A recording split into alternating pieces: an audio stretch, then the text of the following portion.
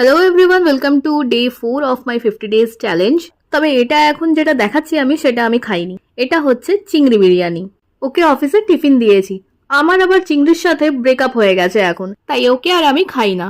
যাই হোক, back to my morning energy drink with biscuit. এটা ছাড়া মনে হয় যেন সকালটাই শুরু হয়নি। আজ ব্রেকফাস্টে অনলি টক দই খাবো, কারণ এত গরম বাইরে আর কিছু ইচ্ছেই করছে না খেতে। ঘর থেকে আনা ছাতুটাও শেষ, এখানে আবার ছাতু পাওয়া যায় না, কিরকম ব্যাপার।